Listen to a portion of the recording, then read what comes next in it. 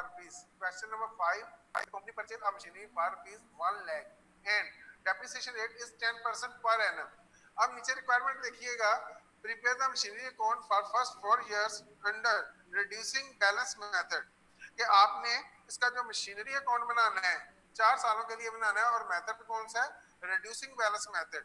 Means के हर साल आपकी जो वैल्यू रिड्यूस होके आएगी, कम होके वैल्यू आपके पास आएगी, करनी है। हर दफा जो रिड्यूस होके वैल्यू आएगी आपके पास, जो बुक वैल्यू होगी उसके ऊपर आपने डेप्रिसिएशन इसकी कैलकुलेट करनी है। तो यहाँ पे आपके पास जो डेप्रिसिएशन की अमाउंट जो है वो सेम नहीं रहेगी। दूसरा, जहां पर भी आपका रिड्यूसिंग बैलेंस मेथड होता है वहां पे आप एसेट को मुकम्मल तौर पे इस्तेमाल नहीं कर सकते, आप टोटली एसेट को जो है वो खत्म नहीं कर सकते, क्योंकि कुछ ना कुछ उसकी वैल्यू जो है वो बाकी रहेगी, क्योंकि आपकी जो फिक्स नहीं है अमाउंट, आपकी जो डेप्रिसिएशन की अमाउंट है वो फिक्स नहीं है। तो सोल्यूशन की तरफ चलते हैं।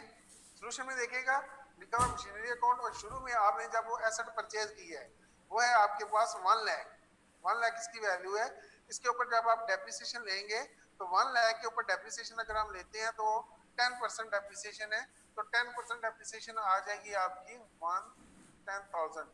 1 लाख के ऊपर 10% डेप्रिसिएशन जब आप लेंगे तो 10% डेप्रिसिएशन आएगी इसकी 10,000। 10,000 डेप्रिसिएशन लेने के बाद अगर हम देखें तो हमारे पास जो कैश की वैल्यू थी वो 1 लाख थी, यही हमने इस सेट पे लिखा। इसमें से 1 लाख 10,000 जो डेप्रिसिएशन है वो हमने माइनस कर दी। ये 10,000 कैसे आया, हमारे पास जो ये 10,000 है इसका 10% दिया, मल्टीप्लाई बाय 10 डिवाइडेड बाय 100 किया, तो हमारे पास वैल्यू आ गई इसकी कितनी, 10,000।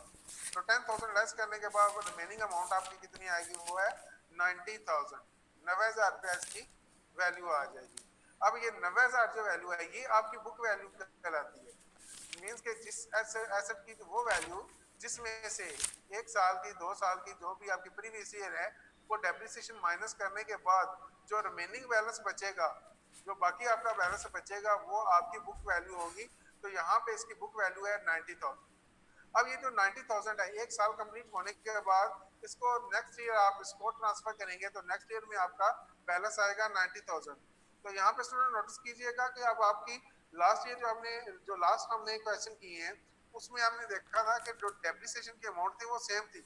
यहाँ पे डेप्रिसिएशन की अमाउंट सेम नहीं है, क्योंकि आपके पास ये आप 90,000 है, तो 90,000 के ऊपर आप जब आप 10% डेप्रिसिएशन लेंगे, ये 90,000 अभी जो आपका बैलेंस आ रहा है, अभी हमने इसके ऊपर डेप्रिसिएशन लेनी है जो रिड्यूस होके वैल्यू आई है, जो बुक वैल्यू है हमारे पास 90,000 के ऊपर आप 90,000 मल्टीप्लाई बाय 10 डिवाइड बाय 100 करेंगे तो 9,000 आपकी डेप्रिसिएशन की वैल्यू आ जाएगी। अब ये 9,000 जो डेप्रिसिएशन की वैल्यू है, अब टोटल था 90,000, 90,000 में से 9,000 माइनस करने के बाद बाकी आपका जो बैलेंस बचेगा वो 81,000 आ। अब ये 81,000 2 साल आपके कंप्लीट हो चुके हैं। अब थर्ड ईयर को आप इसको ट्रांसफर करेंगे। थर्ड ईयर में आप जब बैलेंस नीचे उतारेंगे, बैलेंस ब्रॉड ऑन करेंगे तो वो है 81,000। और अगेन यहाँ पे आपका जो रिटर्न ऑन वैल्यू मेथड है, रिटर्न ऑन वैल्यू मेथड में आपकी जो रिड्यूस प्राइस है इसके ऊपर आपने डेप्रिसिएशन कैलकुलेट करनी है। तो 81,000 है, 81,000 के ऊपर आप जब 10% लेंगे तो 8100 आ जाएगा। तो 8100 में से 81,000 जो टोटल है, टोटल दोनों साइडों पे लिख लेंगे 81,000, और उसमें से 8100 जो है ये माइनस कर देंगे। माइनस करने के बाद रिमेनिंग जो आपका होगा वो है 72,900।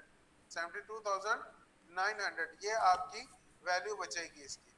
72,900 आप नीचे उतारेंगे, balance brought on, balance brought on नीचे उतारेंगे आप, ये है 72,900, और उसके ऊपर आप डेप्रिसिएशन लेंगे 72,900 के ऊपर 10%।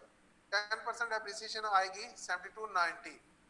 तो ये माइनस करने के बाद रिमेनिंग बैलेंस जो आपका होगा वो क्या होगा, 65,610। ये आपका रिमेनिंग बैलेंस होगा। इसको नीचे उतार लेंगे चौथे साल, क्योंकि उसने 3 सालों का 4 सालों का कहा था कि 4 साल तक इसका शेड्यूल बनाना है मशीनरी का, तो यहाँ तक ये आपका शेड्यूल जो है कंप्लीट हो जाएगा। यहाँ पे दोबारा नोटिस कीजिएगा कि जब हमने इसमें डेप्रिसिएशन कैलकुलेट किया, हर दफा देखिएगा कि जो डेप्रिसिएशन की अमाउंट है वो प्रीवियस ईयर की निस्बत जो कम हो रही है। हम जैसे जैसे इसका शेड्यूल आगे बढ़ा रहे हैं इसकी जो वैल्यू है डेप्रिसिएशन की वो कम हो रही है। क्योंकि हर दफा रिड्यूस प्राइस के ऊपर हर दफा जो बुक वैल्यू है हर दफा जो कम होने के बाद वैल्यू आपके पास आएगी एसेट की, उसके ऊपर हमने डेप्रिसिएशन कैलकुलेट की है। तो हर दफा अगर वैल्यू आपका जो बुक वैल्यू डिक्रीज होगी तो उसके ऊपर जब हम परसेंटेज अप्लाई करेंगे तो वो भी हमारे पास कम होगी। और ये एक तो फिक्स नहीं है, जिस तरह प्रीवियस ईयर में प्रीवियस आपके जो क्वेश्चन आपने किए उनमें आपका एक वैल्यू जो आ रही थी वो फिक्स आ रही थी, वहां पे फिक्स नहीं है, वैल्यू आपकी रिड्यूस हो रही है और रिड्यूस होने के बाद आपको हर दफा वैल्यू कैलकुलेट भी करनी पड़ रही है। और कैलकुलेट किस पे करेंगे, जो आपका बैलेंस ब्रॉड डाउन होता है, जो आपका बैलेंस कैरी डाउन आगे आप ट्रांसफर करते हैं तो हर साल जिस तरह देखिए पहले आपने 10,000 फिर आप 1 लाख फिर आपने 90,000 के ऊपर डेप्रिसिएशन ली, फिर आपने 81,000 के ऊपर डेप्रिसिएशन ली, फिर 72,900 के ऊपर ली और फिर एंड पे आपका अगर सीधा आप आगे इसको चलाएं तो 65,610 के ऊपर आप इसकी डेप्रिसिएशन ले सकते हैं। तो जितने साल का आपको वो कहेगा उस साल के लिए आपने डेप्रिसिएशन का इसका शेड्यूल बनाना है और देखना यह है कि आपके पास बुक वैल्यू क्या होगी और बुक वैल्यू के मुताबिक आपने क्वेश्चन को सॉल्व करना है। बुक वैल्यू जो आएगी उसी के ऊपर आपने डेप्रिसिएशन लेनी है।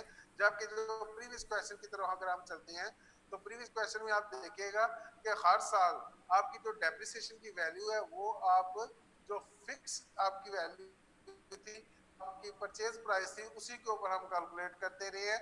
तो उसमें क्या होता है वो कोई भी एसेट है वो मुकम्मल तौर पे आप उसको यूज कर सकते हैं। एक वक्त आएगा कि उस एसेट की वैल्यू जो है वो बिल्कुल खत्म हो सकती है, जबकि आप रिड्यूसिंग बैलेंस मेथड में इसको पॉइंट्स में लेके शादिया में ले जाएं, इसकी बहुत मिनिमाइज हो जाएगी वैल्यू, लेकिन इसको बिल्कुल जो है वो खत्म नहीं किया जा सके।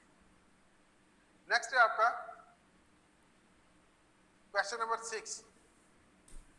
Question number 6, a company purchased a machine for rupees 2,10,000 on 1st July 2013।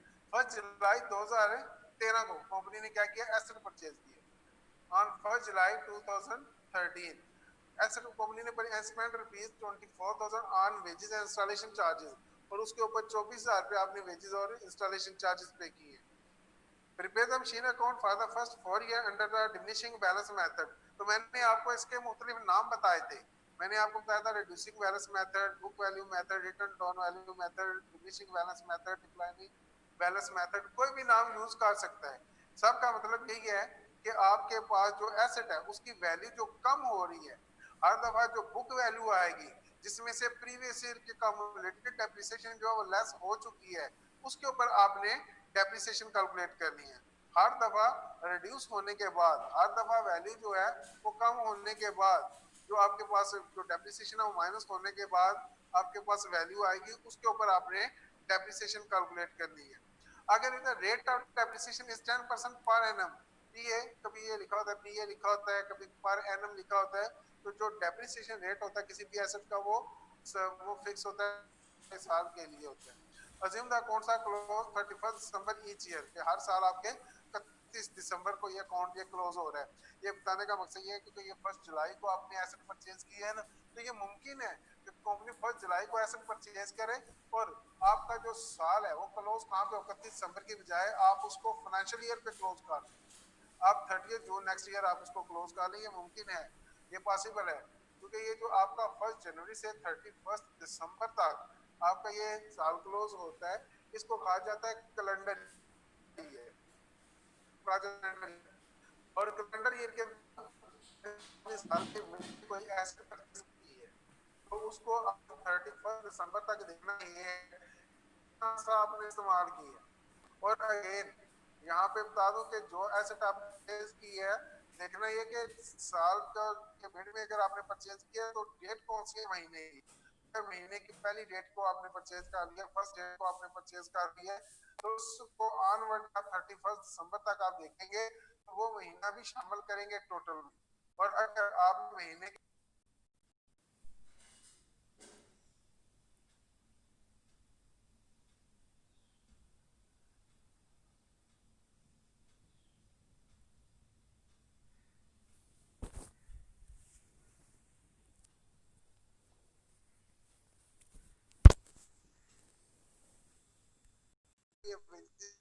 पे की इंस्टॉलेशन चार्जेस तो वो 24,000 है। तो मैंने कहा था कि कोई भी जब आप एसेट परचेज करते हैं